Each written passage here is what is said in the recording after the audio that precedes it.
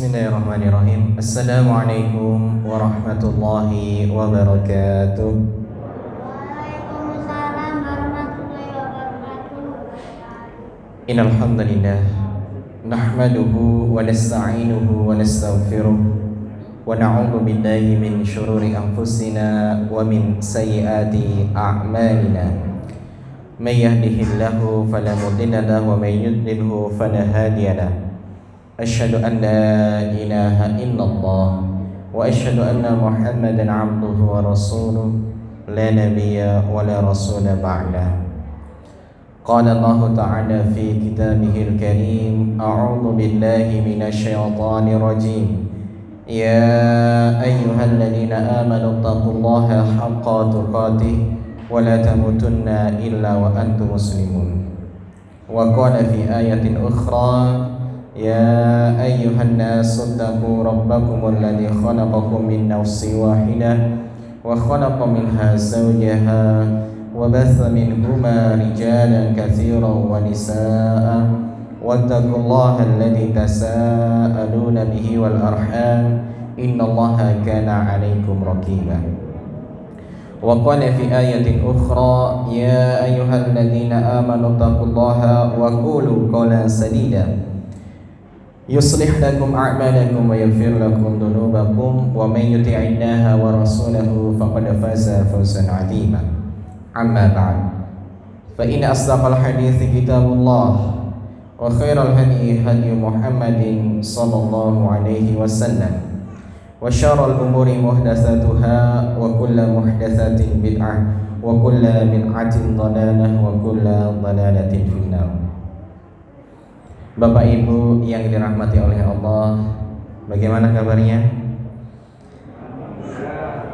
Sehat sedanten ya? Alhamdulillah. Cukup lama kita vakum dari kajian prei gitu, istilahnya, karena ada PPKM dan sebagainya gitu. Level 4, level 3, level 2, level 1 dan seterusnya nanti. Nah, jadi adalah sebuah nikmat kita masih diberikan oleh Allah kesempatan untuk berkumpul bersama kembali untuk membahas ayat-ayat Allah maupun hadis-hadis Rasulullah sallallahu alaihi wasallam. Dan sebelum kita memulai, saya ingin sedikit memberikan sebuah nasihat dari sahabat Ali radhiyallahu anhu. Beliau pernah mengatakan, irtahalatid dunya mudbiratan wartahalatil akhirah muqbilatan. Dunia itu berjalan meninggalkan kita, sedangkan akhirat atau kematian itu senantiasa datang menghampiri kita. Maksudnya apa Bapak Ibu? Setiap detik yang Allah berikan kepada jenengan itu tandanya satu detik jenengan sudah berkurang umurnya, bakal meninggalkan dunia, dan kematian sudah mendekat satu detik, semakin mendekat. Karena sebuah konsekuensi, seandainya ini adalah garis mulai, kemudian ini garis finish, setiap jenengan bergeser menuju garis finish, tandanya mulai meninggalkan start dan mulai mendekati finish. Nah, setiap orang punya garis finishnya masing-masing. Tidak peduli dia itu tua atau muda, sehat atau sakit, miskin atau kaya. Dengan corona ini kita banyak belajar. Orang yang kayaknya sehat ternyata ya ujuk-ujuk bisa meninggal. Orang yang sakit kayaknya sudah parah dan lama, ternyata ya masih hidup aja. Ada yang masih muda, masih kecil, kayaknya seolah-olah masih panjang usianya, ternyata juga diambil sama Allah. Ada yang kaya, dia bisa bayar berapapun biaya pengobatan, tapi ternyata semua uangnya tidak berguna karena rumah sakitnya full sedanten. kita punya seorang donatur hebat kaya itu, dia sampai rela membayar berapa saja ketika anggota keluarganya itu terkena COVID, terindikasi COVID dan sudah parah karena komorbid. Tapi ternyata semua hartanya nggak bisa berguna karena semuanya full kamar rumah sakit. Itu bukti bahwa sekaya apapun kita mau kerja siang malam mengumpulkan sebanyak-banyak harta, mau ngelembur-ngelembur, itu untuk mempertahankan jiwa hanya untuk sesaat aja nggak bisa. Kalau sudah seperti itu, kenapa kita masih rela mati-matian mengumpulkan harta kalau tidak dipergunakan untuk sesuatu yang bermanfaat, yaitu kehidupan setelah kematian? Karena realitanya rumah yang benar-benar kita tinggali itu ya nggak kenal kaya miskin, nggak kenal tua muda, ya sama gitu. Setelah di dunia ini kita masuk ke tahap alam barzah itu, ya paling besar rumahnya itu 2x1, itu saja gitu. Mau jenengan rumahnya di dunia punya 5, mau 7, mau 10, ukurannya gedung tingkat 4, semuanya nggak ada gunanya. Nggak ada orang di kubur lantai 4 itu, nggak ada. Semuanya sama. Maka setiap detik kita melewati usia di dunia ini, kita semakin mendekati kematian. Walikulli wahidin minhuma abna, setiap dari dua dunia tadi, yaitu dunia dan akhirat, dua hal tadi, baik dunia maupun akhirat, punya pengikut.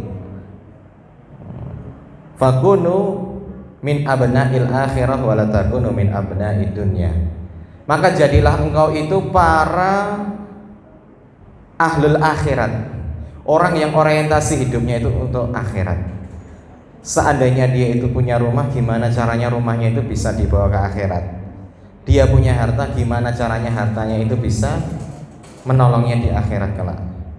Bukan sekedar pengikut hawa nafsu duniawi saja, yang dia hanya pingin tujuan hidupnya biar saya urip enak. Jangan sekali-kali mendidik anak le kerja sing sregep gen uripe penak ora kaya bapak. Itu hanya menanamkan kebahagiaan di dunia saja. Jadi kita menggenjot anak kita biar hebat, biar pinter. Agar apa? Karena kita merasa letih hidup di dunia ini susah, sehingga gak pingin anaknya besok hidup susah. Banyak mboten nengkang kayak gini Bapak Ibu. Banyak. Sehingga apa? Dia lebih milih anaknya dileskan bahasa Inggris, dileskan matematika, tidak pernah diajari sekalipun Iqra, bahasa Arab. Besok padahal ketika dikubur nanyanya niku man rabbuka, bukan pakai bahasa yang lainnya. Dan li'annal yauma amalun bila hisabin, karena hari ini adalah hari di mana kita bisa beramal tanpa Allah menghisab. Kita mau berbuat apapun itu, hari ini kita tidak akan dibalas langsung oleh Allah, nggak akan diadab. Karena kita akan memasuki dunia kedua. Wal ghad, besok itu hisabun bila amal. Akan datang hari di mana kita dihitung sama Allah tanpa bisa berbuat amal kebaikan lagi. Maka mumpung kita masih bisa ke masjid, monggo ke masjid. Mumpung bisa kita ngaji, monggo ngaji. Karena kita nggak tahu besok masih bisa melangkah ke masjid atau enggak.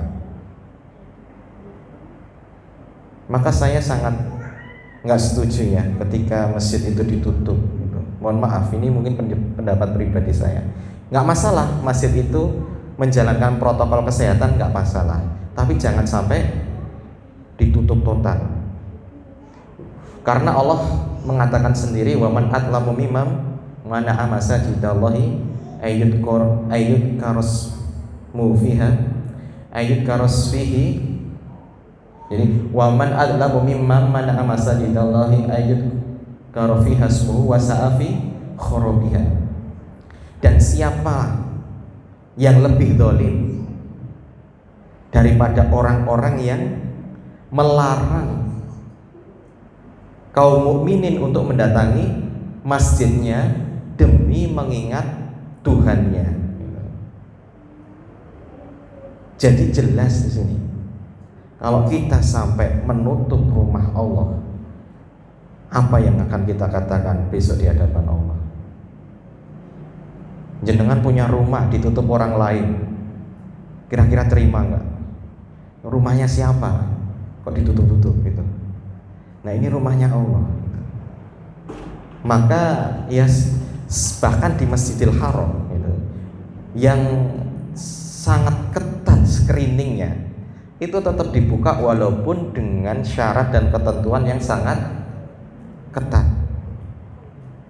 Karena untuk menutup rumah Allah itu sangat berat timbangannya di sisi Allah. Dan sepanjang sejarah itu, hebat-hebatnya wabah melanda kaum muslimin, nggak pernah ada ceritanya sampai masjid ditutup. Justru ketika kita itu sedang diuji dengan banyaknya ujian, kesusahan, penyakit gitu, maka kita harus semakin mendekatkan diri kepada Allah. Gak apa-apa kalau misalkan memang harus dijalankan protokol kesehatan, jalankan. Karena kita juga wajib ikhtiar gitu. Gak boleh takut berlebihan, gak boleh mengabaikan. Harus pertengahan. Kita berusaha untuk bersikap netral, dalam artian ada orang yang menggampangkan sampai beranggapan corona itu nggak ada, itu keliru juga. Tapi ada orang yang terlalu hati-hati sampai nggak mau kemana-mana, sehingga dia lebih takut kepada corona daripada kepada Allah. Kita timbang-timbang saja. Harusnya setiap ujian itu meningkatkan keimanan. Ketika corona berjalan, bagaimana amalan soleh kita? Meningkat atau tidak? Karena ini termasuk ujian. Justru malah dengan corona itu semua amalan baik kita mubrak mabrik gitu, mubrak mabrik gitu, itu tandanya kita nggak lolos ujian. Maka jangan sampai kita itu sudah rugi dunia ditambah rugi akhirat. Karena nanti akan datang hari di mana kita dihisab tanpa bisa beramal lagi. Alhamdulillah pada kesempatan kali ini kita akan memanfaatkan kesehatan kita, waktu luang kita ini untuk mempelajari ayat-ayat Allah.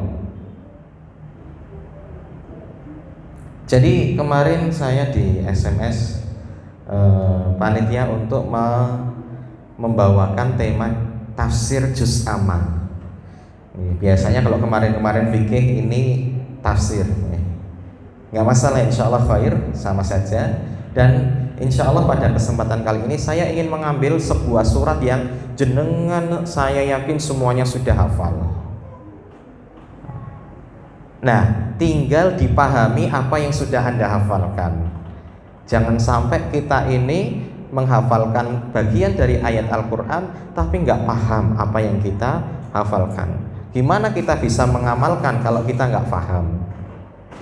Jadi logikanya, kalau jenengan itu dapat petunjuk, misalkan jenengan beli komputer baru, laptop baru, terus dapat petunjuk penggunaan, nek bosone Cina mesti ra bakal dibuka, nggak akan dibaca, dan nggak akan diamalkan, karena dibaca ya ora mudeng. Gimana mau mengikuti petunjuk itu? Begitu juga Al-Quran.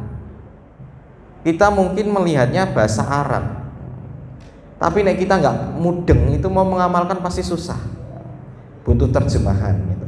Ya alhamdulillah kita difasilitasi. Tapi secara logika bahwa orang itu bisa sampai ke tahapan mengamalkan itu kalau memahami apa yang diperintahkan. Jenengan punya anak kecil, nek di usia 10 bulan atau 1,5 tahun dikongkon peng 100 itu ya mungkin nggak bakal dilakukan gitu. Dan itu wajar karena dia belum memahami apa yang diperintahkan, sehingga tidak bisa mengamalkan perintahnya. Tapi nek sudah 2 tahun, sudah mulai bisa memahami perintah sederhana, itu dia bisa mengamalkannya. Nah, kayak kita mengaku bahwa Al-Quran itu petunjuk hidup, tapi nek nggak paham, gimana mau bisa menjadikan itu sebagai petunjuk hidup? Meh ngamal kene pripun?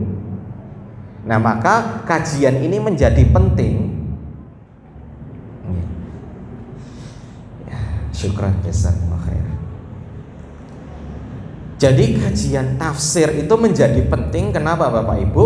Karena ini adalah wasilah agar kita bisa mengamalkan Al-Quran, petunjuk dari Allah. Karena Al-Quran itu diturunkan bukan untuk dihafalkan, tapi untuk diamalkan. Jenengan nggak hafal nggak masalah, sing penting ngamalke. Nah, karena kita orang ajam, kita ini orang asing yang lahir bukan dengan bahasa Arab, maka kita butuh wasilah-wasilah agar bisa memahaminya. Salah satunya dengan membaca tafsir, terjemah, atau juga secara langsung ngaji seperti ini. Dan insya Allah ini akan menjadi bukti hujah kelak di hadapan Allah bahwa kita pernah menuntut ilmu demi memahami ayat-ayat Allah. Karena itu wajib Bapak Ibu. Thalabul ilmi faridatun ala kulli muslim. Menuntut ilmu, golek ilmu niku wajib bagi seluruh kaum muslim. Di sini kewajibannya nggak kayak sholat. Sholat niku jenengan tunaikan sudah selesai, nunggu waktu yang lain datang. Menuntut ilmu kewajibannya tidak terbatas. Sejak jenengan dibebani oleh syariat alias akil balik sampai jenengan meninggal niku wajib sinau. Maka nggak ada istilah aku wis tuwa ora wayahe meneh gitu. Wis ora wayahe sinau ikra itu. Keliru Bapak Ibu. Dalam belajar ilmu syar'i itu tidak ada batasannya, batasan usianya. Rasulullah Shallallahu Alaihi Wasallam niku diajari Nabi Jibril, ikra, bacalah. Niku usianya 40 tahun. Dan Nabi Muhammad itu adalah Nabi yang ummi, nggak bisa baca. Maka ketika disuruh oleh malaikat ikra, bacalah, apa jawabannya? Ma'ana biqari. Saya bukanlah orang yang bisa baca. Dipeluk sama malaikat Jibril sampai menggigil, disuruh lagi ikra, ma'ana biqari. Saya itu nggak bisa baca. Dipeluk lagi kemudian dilepaskan ikra. Jebulo ditalkin, disuruh nirukni. Ikra bismi rabbikal ladzi khalaqal insana min 'alaq, sampai seterusnya. Di sini Nabi Muhammad belajar satu ayat demi satu ayat gitu. Karena memang Al-Quran yang dipelajari langsung semua itu nggak bisa, harus bertahap. Maka ngaji ini pun tafsir juz amma ini ya harus bertahap. Semoga satu pertemuan ini bisa surat Al-Ikhlas, besok bisa Al-Falaq, kemudian An-Nas. Karena Al-Falaq sama An-Nas itu sak paket, namanya Al-Mu'awwidhatain, itu sak paket. Nek sinau An-Nas sama Al-Falaq niku sak paket.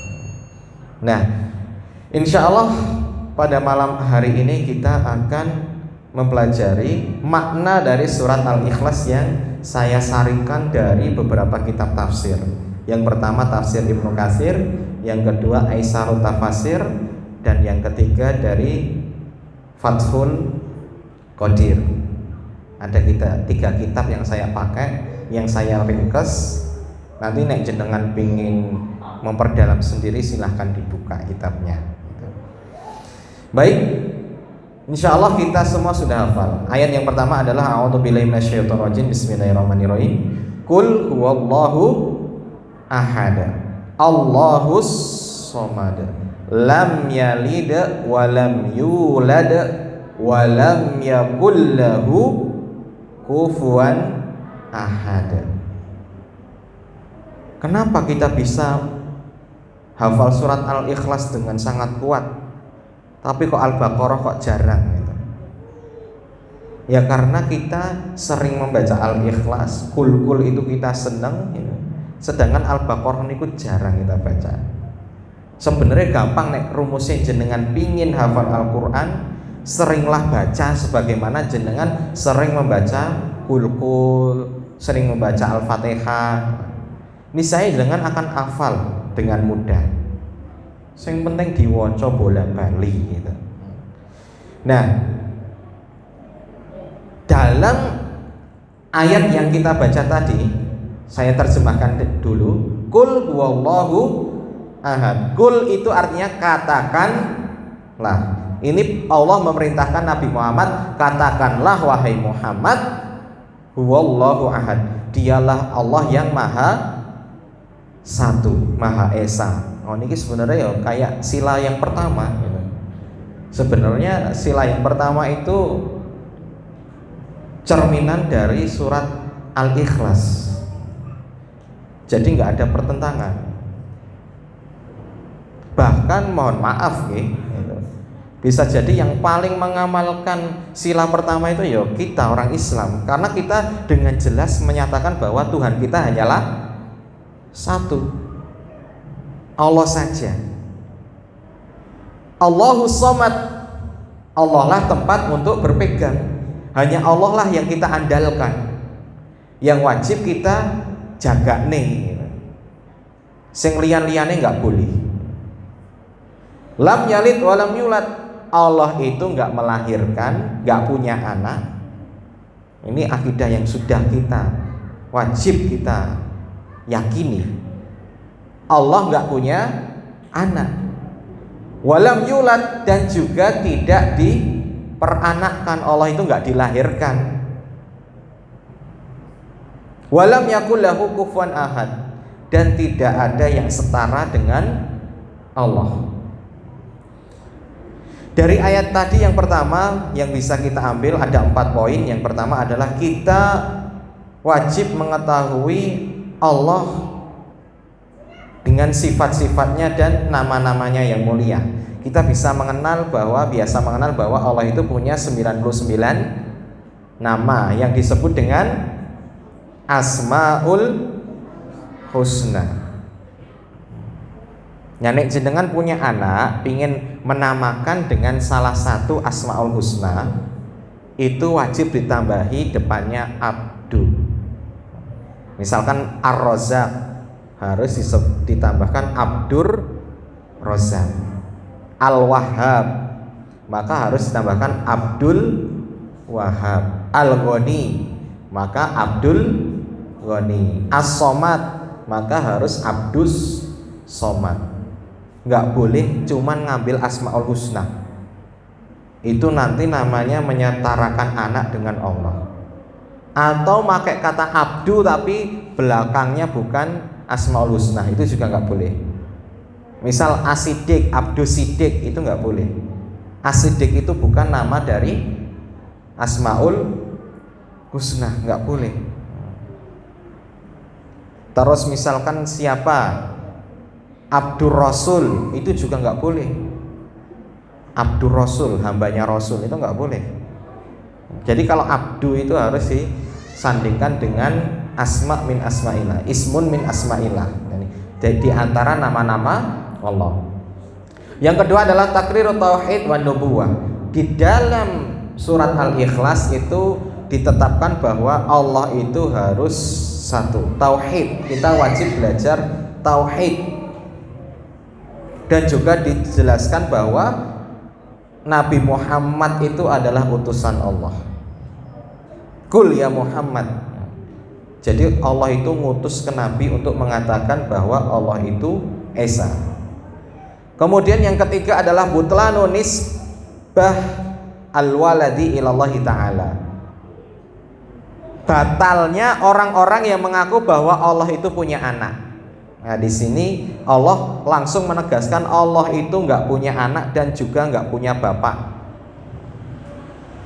Dan yang keempat, wujubu ibadatihi ta'ala wahdahu la syarika lahu fiha. Kita wajib mengibadahi Allah dan tidak boleh menyekutukannya.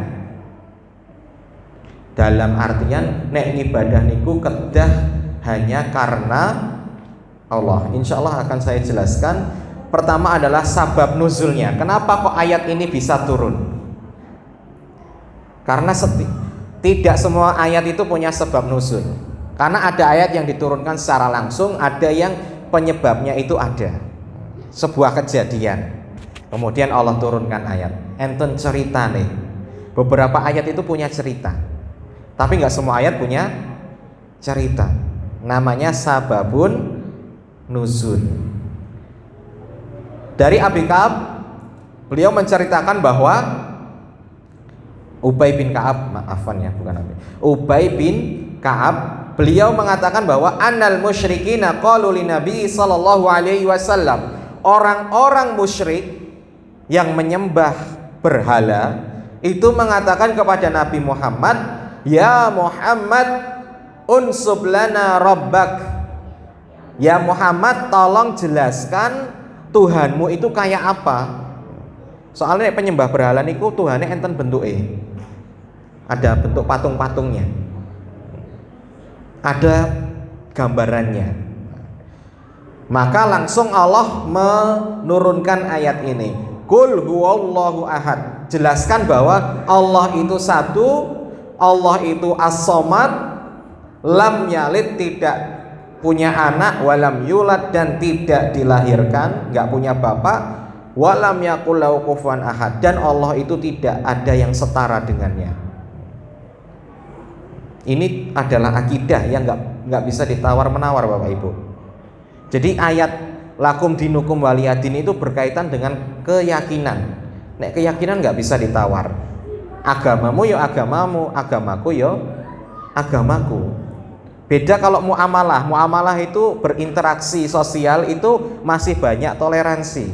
Tapi kalau dalam keyakinan tidak ada toleransi. Dan wajar bahwa setiap orang itu berkeyakinan bahwa agamanya yang paling benar gitu. Adapun dari sahabat Ikrimah, ketika qalatil yahudu, ketika orang-orang Yahudi itu mengatakan nahnu na'bud Uzair ibn Allah. Jadi orang Yahudi niku punya Tuhan namanya Uzair. Uzair anak Allah. Uzair niku dulu orang soleh, wali gitu. Kemudian saking dulunya berlebihannya orang-orang Yahudi niku dianggap Tuhan. Orang Yahudi mengatakan kami menyembah Uzair anak Allah. Wa qalatin Nasara, adapun orang-orang Nasrani mengatakan nahnu na'budul Masiha ibn Allah. Kami menyembah Al-Masih Nabi Isa anak Allah. Wa qalatil Majus, dan orang-orang Majusi mengatakan nahnu na'budu syamsa wal qamar. Adapun kami menyembah matahari dan bulan. Dulu yang jajah Indonesia, Jepang itu ya menyembahnya matahari. Ada Bapak Ibu orang yang menyembah matahari. Bahkan benderanya juga matahari. Wa qalatil musyrikuna, dan orang-orang musyrik mengatakan nahnu na'budul auzan. Adapun kami menyembah berhala-berhala. Namanya banyak sekali. Setiap itu punya nama. Setiap berhala, patung itu punya nama dan disembah. Fa anzalallahu ala rasulih, kemudian Allah menurunkan ayat ini, surat ini kepada Nabi Muhammad. Qul huwallahu ahad. Katakanlah wahai Muhammad, utusanku, bahwa kamu dan kaum muslimin hanya menyembah Tuhan yang satu saja, yaitu Allah, dan berpegang teguh kepada satu saja, Allahus Somad. Karena apa? Allah lah yang satu dan tidak ada yang setara dengannya, tidak ada yang menyerupainya, dan tidak ada anaknya dan tidak ada bapaknya. Maka ini keyakinan ini menggugurkan seluruh agama di luar Islam. Nah, sekarang kita masuk ke hadis-hadis yang berkaitan dengan surat ini. Karena banyak sekali Bapak Ibu hadis-hadis yang berkaitan dengan surat Al-Ikhlas.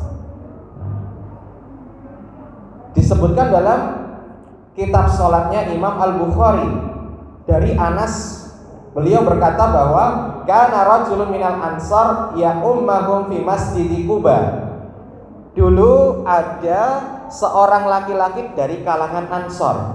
Jadi ketika Rasulullah hijrah niku sing nampung penduduk asli Madinah itu namanya kaum Ansor. Jadi ada muhajirin, ada Ansor. Nah, orang-orang Ansor itu punya imam. Punya seorang laki-laki yang biasa ngimami sholat. Di mana? Di Masjid Quba. Masjid Quba niku masjid pertama yang dibangun.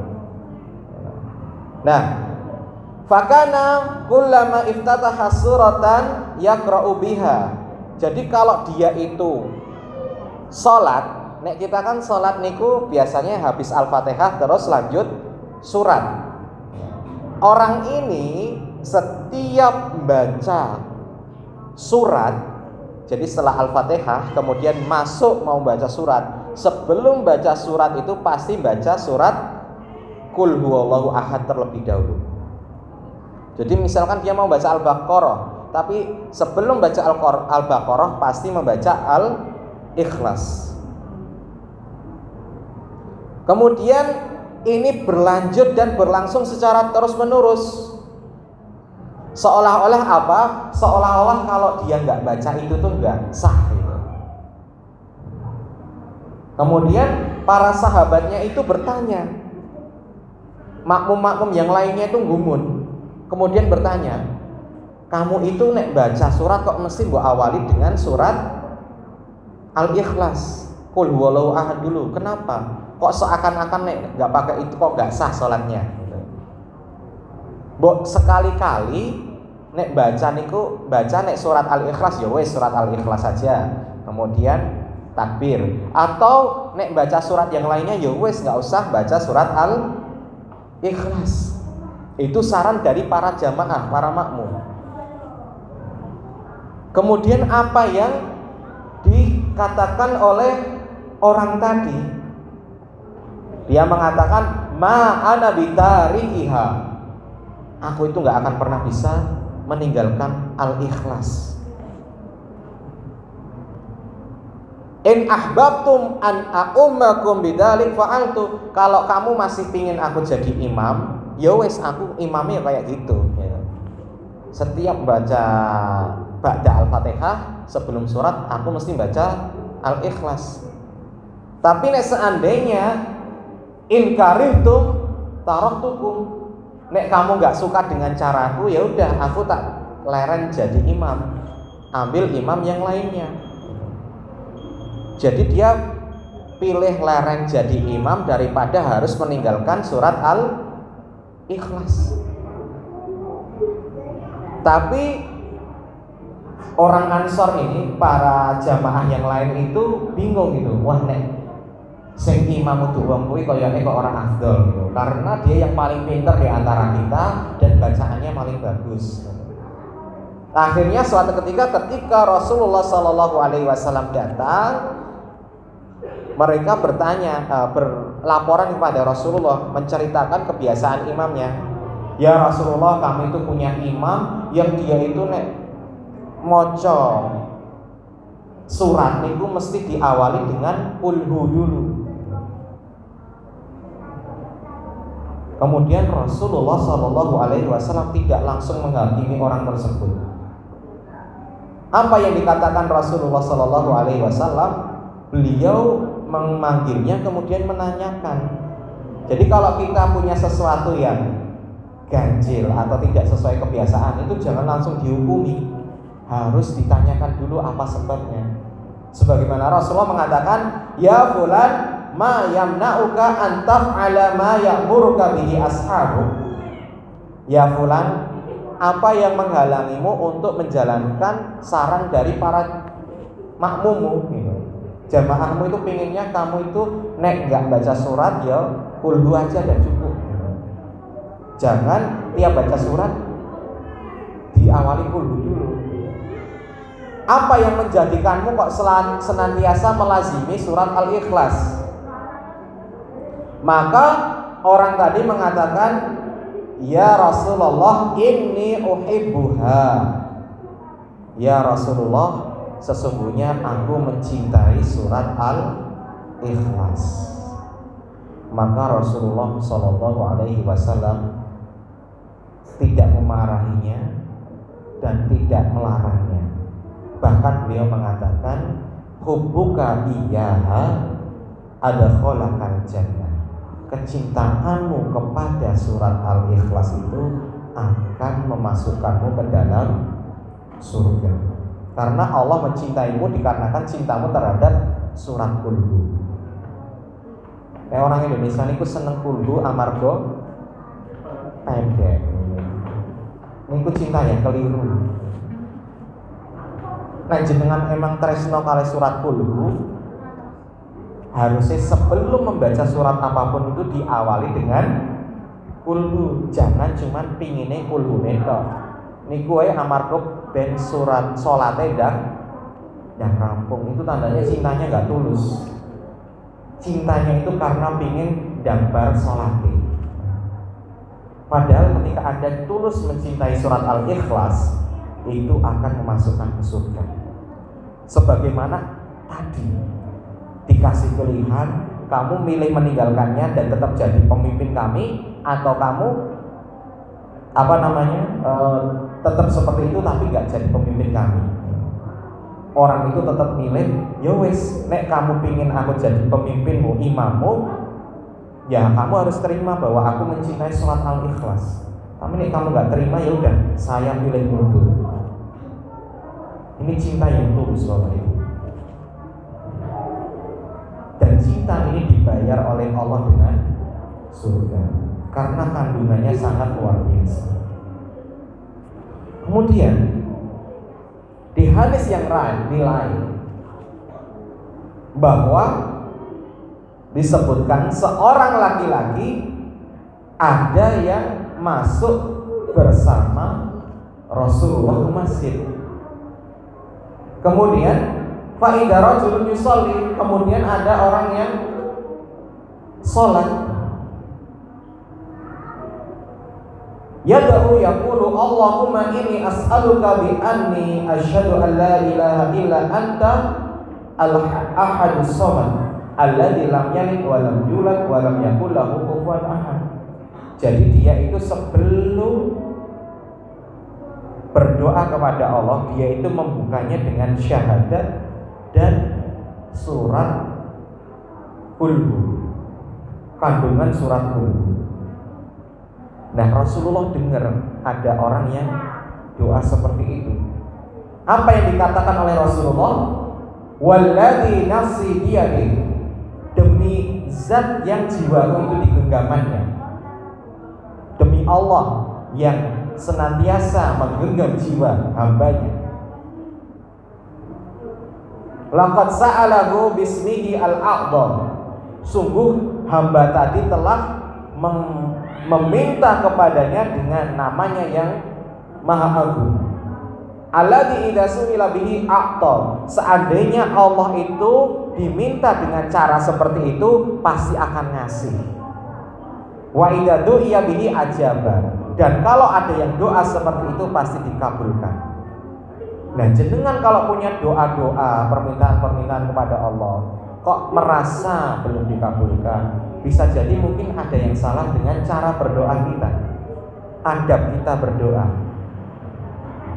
Nah mulai sekarang gak ada salahnya jenengan doa niku diawali dengan kulhu dulu. Makanya kalau ba'da sholat itu kan biasanya kita itu baca ayat kursi, kemudian kulhu, kemudian al-falaq, an-nas. Itu tujuannya apa Bapak Ibu? Agar doanya kita itu lebih dekat dan lebih didengar oleh Allah. Walaupun Allah itu maha dekat dan Allah itu maha mendengar. agar prosentase kemustajaban doa kita itu bertambah. Jadi jangan pernah lupa, nek memang jenengan ingin minta Allah dengan permintaan yang mendesak dan ingin sekali dikabulkan, nggak ada salahnya jenengan awali dulu dengan baca surat Qul. Walaupun nanti di pembahasan yang lain doa itu cara mengabulkannya itu banyak. Doa itu nggak harus dikabulkan dengan cara diberikan apa yang kita minta. Allah bisa jadi mengabulkan doa kita dengan mengangkat bala. Harusnya kita sial diangkat, harusnya kita ujian diangkat. Atau Allah mengganjar dengan pahala karena kita sudah sabar. Atau kelak di hari akhir akan dinampakkan pahala-pahala doa-doa kita sehingga mengurangi dosa-dosa kita. Jadi nek jenengan doa aslinya itu nggak ada ruginya sama sekali. Entah itu dikabulkan sama Allah atau tidak, jenengan harus wajib pasti dikabulkan apapun bentuknya. Jadi nggak harus doa itu dikabulkan secara zatnya, itu enggak. Niki sampai komat Bapak. Sampai jam berapa? Biasanya kan 1 jam. Tadi jam 8 tadi. Nah, pas tadi komat. Kemudian disunahkan juga dibaca di ba'da sholat. Bahwa di hadis yang lain disebutkan qiraatiha 10 marratin ba'dal maktubah. Disunahkan bahwa kulhu itu dibaca 10 kali setelah sholat wajib. Ya sebenarnya sejauh kemampuan jenengan aja. Nek memang lagi waktunya nggak nyandak ya sekali minimal gitu. Nek bisa 10 kali masya Allah. Karena apa? Ada sebuah hadis dari Jabir bin Abdillah, beliau mengatakan bahwa Rasulullah bersabda, salasun manja bihinna ma'al imani dakhala min ayyi abwabil jannah sya'a. 3 hal yang kalau dia itu melakukannya dengan penuh keimanan akan masuk surga dari pintu yang mana saja. Dia bisa masuk pintu surga dari yang dia inginkan. Karena nanti surga niku pintunya terbagi-bagi Bapak Ibu. Ada sing khusus ahlul Quran, ahlul puasa, ahlul sholat, ahlul sedekah. Itu semua itu terbagi-bagi sesuai dengan kebiasaan ibadahnya yang paling hebat mana. Nah, ada orang yang bebas masuk dari segala penjuru pintu surga ketika dia mengamalkan 3 hal dipenuhi dengan keimanan, dilandasi dengan keimanan. Apa itu? Wazuwija minal huril ain haitsu syaa. Dan ditambah lagi, selain boleh masuk dari segala pintu surga, dia juga boleh milih bidadari surga yang dia inginkan. Bidadari surga itu masya Allah ada banyak sekali, jenengan boleh milih siapa saja. Apa itu 3 hal? Yang pertama adalah man'afa an qatilin. Barang siapa yang memaafkan seorang pembunuh. Kalau dalam Islam itu kan orang yang membunuh harus dikisos, harus dibalik dibunuh. Kecuali kalau keluarganya memaafkan, maka dia wajib bayar diyat dan tidak dikisos. Nah, kalau dia bisa memaafkan pembunuh, maka itu pahalanya jannah. Dan yang kedua adalah wa'adda dainan khafiyan.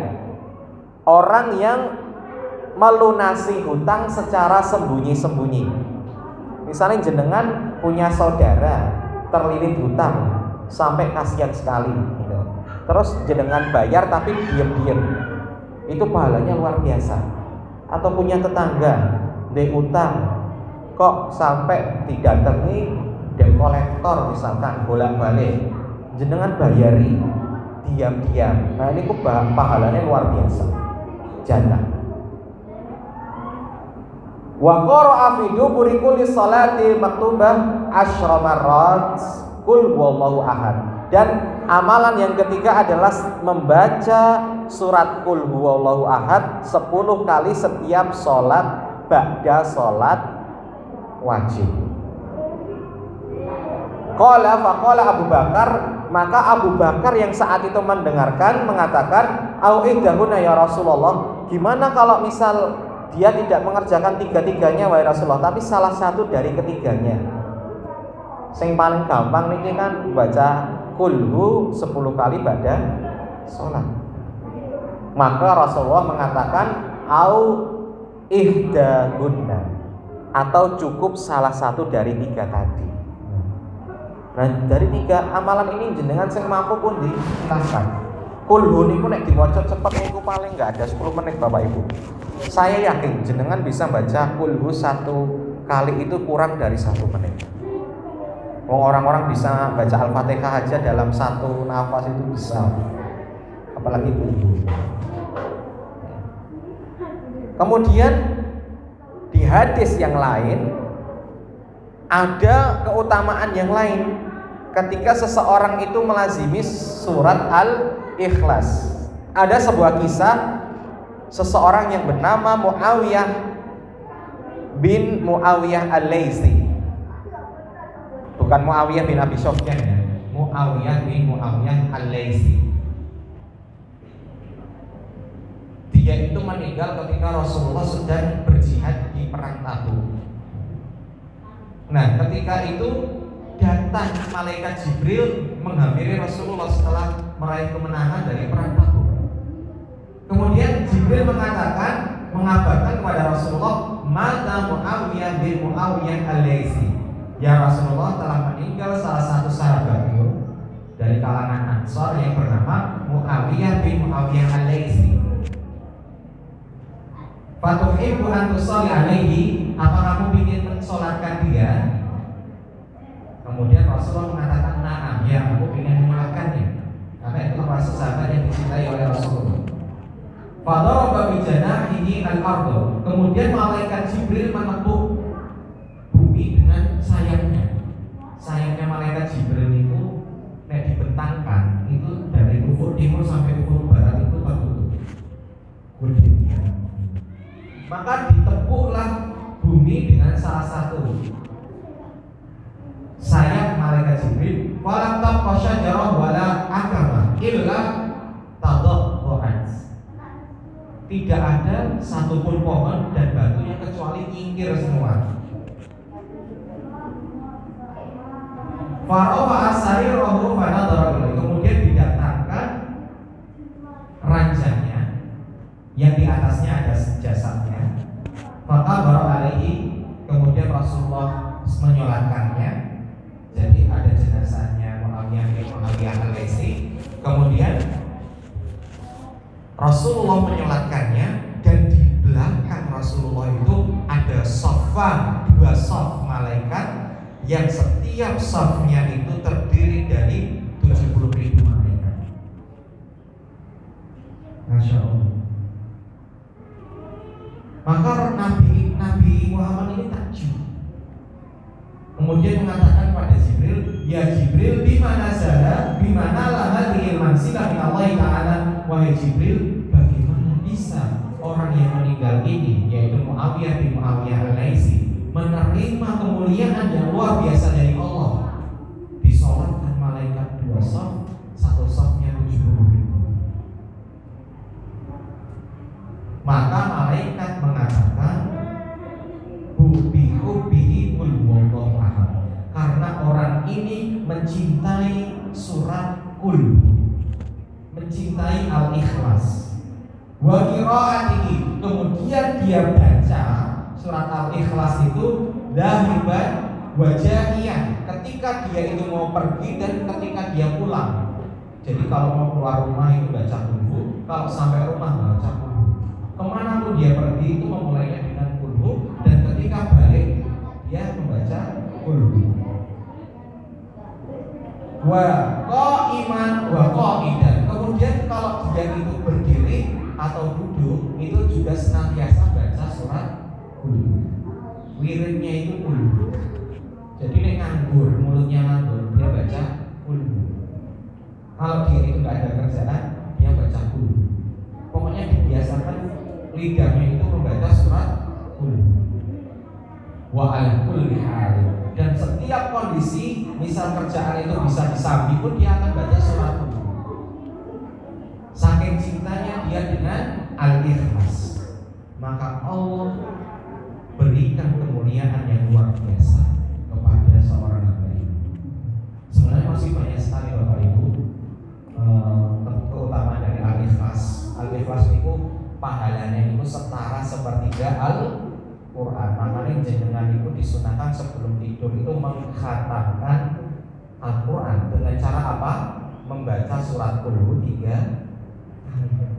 Sahabat itu pernah ditantang, siapa yang bisa mengkhatamkan Al-Quran dalam satu malam sama Rasulullah. Maka semua sahabat mengatakan, gak mungkin Rasulullah, gimana caranya kita mengkhatamkan Al-Quran dalam satu malam. Maka Rasulullah mengatakan, baca kulhu, dia itu sepertiga dari Al-Quran. Kamu baca 3 sama pahalanya seperti baca 1 kali khatam.